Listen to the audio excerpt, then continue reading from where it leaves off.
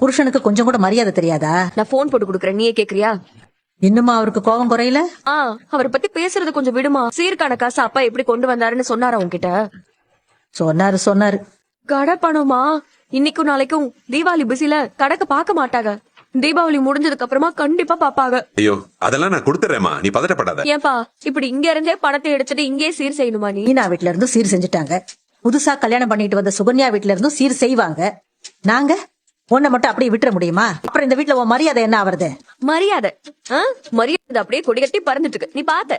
நீ வேற எதுக்குமா தேவையில்லாததெல்லாம் பேசிட்டு இருக்க? அப்பா சொன்னாருங்கிறதுக்காகலாம் நாளைக்கு மாப்பிளைய கூட்டிட்டு வீட்டுக்கு வந்துடாத. வராருன்னா கறி சமைக்கணும், விருந்து வைக்கணும், இனிப்பு காரமெல்லாம் வாங்கி வைக்கணும். அது மட்டும் இல்ல, நாங்களும் பழைய துணியெல்லாம் போட்டுக்கிட்டு நிக்க முடியாது. எங்களுக்கும் துணிமணி வாங்கணும், பட்டாசெல்லாம் வாங்கணும். ஏமா வீட்ல யாருக்கும் புது துணி எடுக்கலையா?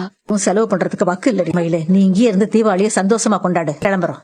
மயிலே தன்னோட அப்பா அம்மாவை பார்த்து இவங்கள பார்த்தாலும் பாவமாக தான் இருக்குது. ஒரு நல்ல நாள் கெட்ட நாளுக்கு கூட இவங்களாலும் சந்தோஷமாக கொண்டாட முடியலையே அப்படின்னு வருத்தப்படுறாங்க. இன்னொரு பக்கம் அப்பா காசு எடுத்தது மட்டும் மாமாவுக்கு தெரிஞ்சால் நம்மளை உண்டு இல்லைன்னு பண்ணிடுவாரே, என்ன பண்ணுறதோ தெரியல அப்படின்னு பயப்படுறாங்க.